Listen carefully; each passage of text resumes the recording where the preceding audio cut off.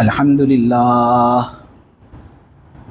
للہ نحمده ونستعینه ونستغفره ونؤمن به ونتوکل علیہ ونعوذ باللہ من شرور انفسنا ومن سیئات اعمالنا من يهده الله فلا مضل له ومن يضلله فلا هادي له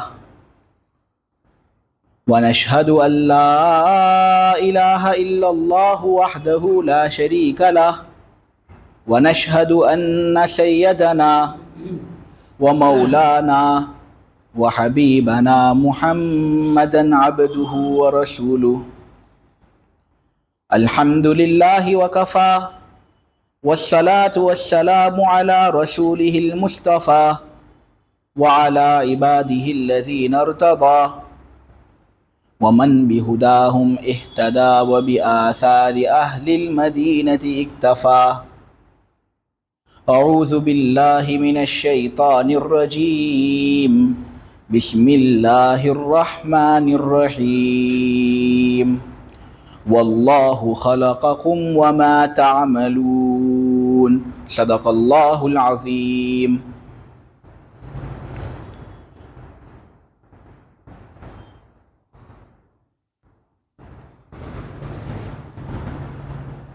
حضرت علی رضی اللہ تعالی عنہ سے کسی نے تقدیر کے مسئلے کے بارے میں پوچھا کہ یہ تقدیر کیا چیز ہے؟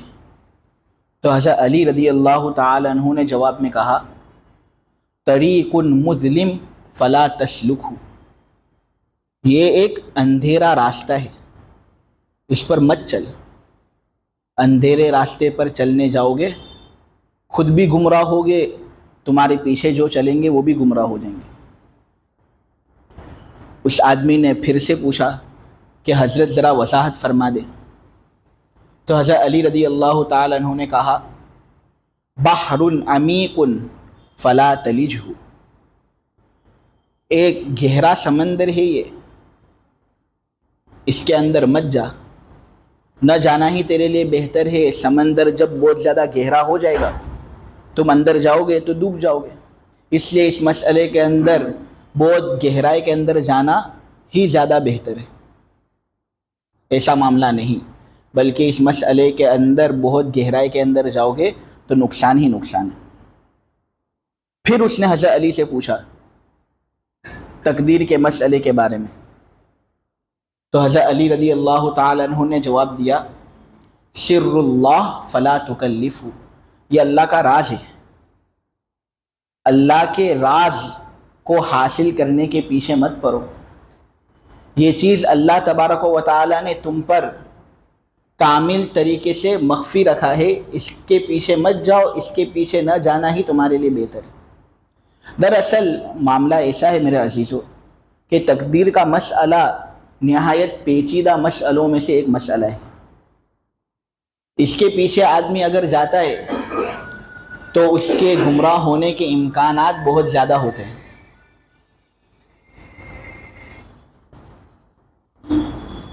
ایک مرتبہ نبی کریم صلی اللہ علیہ وسلم کے صحابہ تقدیر ہی کے بارے میں گفتگو کر رہے تھے.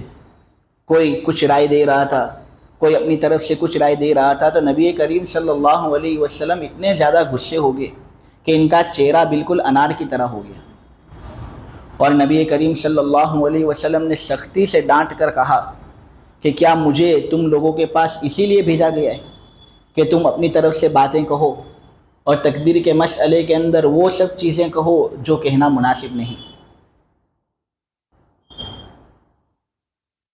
مولانا احتشام الحق صاحب تھانوی رحمۃ اللہ علیہ نے اس مسئلے کو بہت اچھے طریقے سے سمجھایا ہے. انہوں نے یہ بات کہی ہے کہ دیکھو مثلا زید نے عمرو کو قتل کیا، اب زید نے جو عمرو کو قتل کیا اس نے اللہ تبارک و تعالیٰ کی تقدیر سے قتل کیا. تو اب اس مسئلے کے اندر اگر تم غور کرو گے نا تو یہ سوال تمہارے ذہن کے اندر آئے گا کہ زید نے جو عمرو کو قتل کیا اس قتل کا علم کیا اللہ کو تھا یا نہیں کہ زید عمرو کو قتل کرنے والا ہے؟ اگر تم یہ کہو کہ اللہ کو اس کا علم نہیں تھا تو اس کا مطلب یہ کہ نعوذ باللہ اللہ جاہل ہے، حالانکہ اللہ تبارک و تعالیٰ کی ذات پاک تو جہالت سے پاک اور صاف ہے۔ تو یہی بات ماننی پڑے گی کہ اللہ تبارک و تعالیٰ کو علم تھا کہ زید عمرو کو قتل کرنے والے۔ لیکن پھر ایک دوسرا سوال پیدا ہوگا، دوسرا سوال یہ پیدا ہوگا کہ جب زید نے عمرو کو قتل کیا تو کیا قتل کو روکنے پر اللہ قادر تھا یا قادر نہیں تھا؟ کیونکہ پہلے سے اس کو معلوم تو تھا یہ کہ ہونے والا ہے۔ تو اگر تم یہ کہو نعوذ باللہ کہ اللہ قتل کو روکنے پر قادر نہیں تھا تو اس صورت میں نعوذ باللہ تم اللہ تعالیٰ کی طرف عجز کی نسبت کر رہے ہو، جس عجز سے اللہ تبارک و تعالیٰ کی ذات پاک بالکل صاف ہے اور اللہ تبارک و تعالیٰ کے اندر عجز کا کوئی شائبہ نہیں۔ معلوم یہ ہوا کہ اللہ کو قتل کا علم بھی تھا اور اللہ قتل کو روکنے پر قادر بھی تھا، تو پھر زید نے عمرو کو قتل کیوں کیا؟ کیا اس کا مطلب نعوذ باللہ یہ کہ اللہ برا چاہتا ہے؟ ہماری محدود عقل اس کو برا سمجھ لے گی، کیونکہ ہم پورے جنگل کو نہیں دیکھتے، جنگل کے ایک درخت کو ہی دیکھتے ہیں۔ اللہ تبارک و تعالیٰ کی نظر پورے جنگل پر ہوتی ہے میرے عزیزو۔ اس قتل میں اللہ کی کوئی حکمت تھی جس حکمت پر میں اور تم مطلع نہیں ہو سکتے۔ ہمارے محدود عقل اس بات کے ادراک سے قاصر ہے کہ اللہ کیوں یہ سب کام کرتا ہے۔ یہ چیزیں ایسی ہے کہ ہماری عقل کے اندر آ نہیں سکتی، اللہ ہی نے ہماری عقل کو اس طرح محدود بنایا ہے۔ لہٰذا اب اگر آدمی تقدیر کے مسئلے کے اندر بہت زیادہ غور و فکر کرے گا تو پھر جس چیز کے لیے اس کی عقل کو بنایا گیا تھا اس سے زیادہ کا کام وہ اس عقل سے لے رہا ہے نا۔ اس لیے یہ کام نہیں کرنا چاہیے، آدمی کو تقدیر کے بارے میں بہت زیادہ گفتگو کرنے سے اپنے آپ کو بچانا چاہیے۔ مولانا محمد اسحاق صاحب سندھیلوی رحمۃ اللہ علیہ نے اس بات کو ایک مسئلے کے ذریعے سے سمجھایا ہے۔ سوال یہ ہوتا تھا کہ دیکھو اللہ تبارک و تعالیٰ نے آنکھوں کو الگ ذرات سے بنایا اور پیر کو الگ ذرات سے بنایا۔ یہ سوال آدمی کے اندر پیدا ہوتا ہے کہ اللہ نے کیوں آنکھ کو الگ ذرات سے بنایا اور پیروں کو الگ ذرات سے بنایا؟ ایسا کیوں نہیں کیا کہ پیر کو جن ذرات سے بنایا گیا انہی ذرات سے اللہ آنکھ کو بنا لیتا، یا آنکھ کو جن ذرات سے بنایا گیا انہی ذرات سے اللہ پیر کو بنا لیتا؟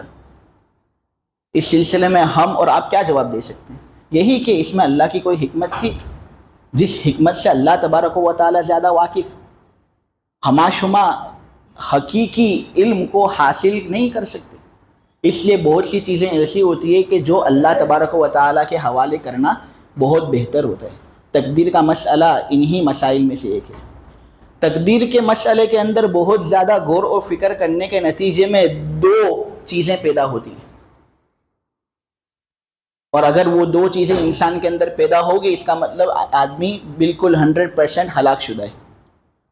نمبر ایک، یا تو تقدیر کے مسئلے کے اندر بہت زیادہ غور و فکر وہ کرتا ہے اور تقدیر ہی کا انکار کر دیتا ہے، اور یہ سمجھتا ہے کہ تقدیر نام کی کوئی چیز نہیں ہے، جو کچھ ہوتا ہے وہ میں ہی تو کرتا ہوں، میں ہی تو منبر پر بیٹھا، میں ہی تو کھڑا ہوا، میں نے ہی تو نماز پڑھی، میں نے اپنا ہاتھ اونچا کیا، جب میں چاہوں گا اپنا ہاتھ نیچا کرنا تو میں نیچا کر دوں گا، اس میں اللہ کی تقدیر کہاں سے آئی؟ تو یہ دراصل سوال اس کے ذہن کے اندر پیدا ہوا تقدیر والے مسئلے کے اندر غور اور فکر کرنے کے ذریعے سے، جس سے اس کو منع کیا گیا۔ حالانکہ یہ جو بات ہے یہ صراحتاً قرآن کے خلاف ہے۔ قرآن کے اندر اللہ تبارک و تعالیٰ نے یہ بات کہی ہے کہ اللہ نے تم کو پیدا کیا، نہ اللہ تبارک و تعالیٰ نے ان اعمال کو پیدا کیا جو تم کرتے ہو۔ لہٰذا جو کچھ ہم کرتے ہیں اپنے کو اگرچہ ایسا لگتا ہے کہ اپنے کرتے ہیں، لیکن دراصل کرانے والی ذات اللہ تبارک و تعالیٰ ہی کی ہے۔ ورنہ اگر چلو ہم یہ کہہ دیتے ہیں کہ یہ سب کام میں کرتا ہوں تو پھر تم نے یہ کام کیا اللہ کی اجازت کے بغیر، یہ ہو کس طرح سکتا ہے؟ اس کا مطلب یہ کہ اللہ عاجز ہے، اور نعوذ باللہ اللہ تو عاجز ہے نہیں۔ معلوم ہوا آدمی جتنے بھی کام کرتا ہے نا اس میں اللہ تبارک و تعالیٰ کا دخل ہوتا ہے۔ میرے عزیزو، ایک انجینئر ہوتا ہے،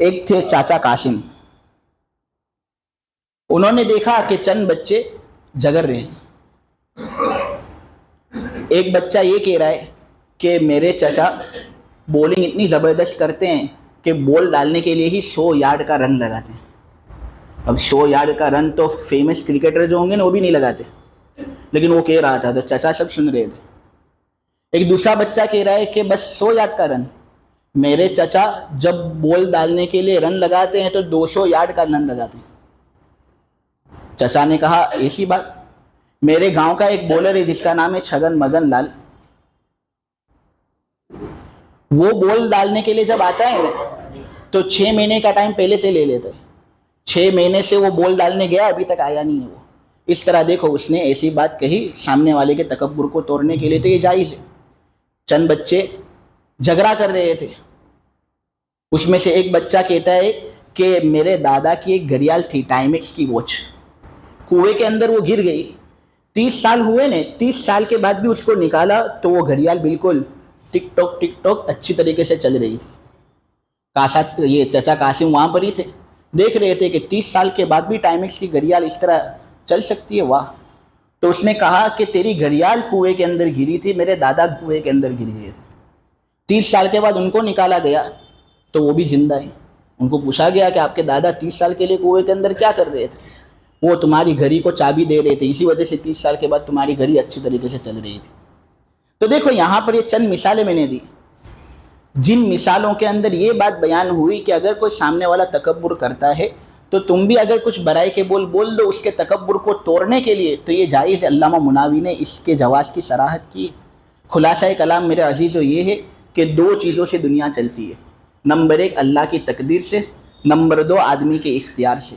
آدمی اس سلسلے میں زیادتی نہ کرے اور یہ نہ سمجھ لے کہ سب کچھ تقدیر ہی سے ہوتا ہے, اور اس سلسلے میں کمی بھی نہ کرے اور یہ نہ سمجھے کہ سب کچھ میں ہی کرتا ہوں.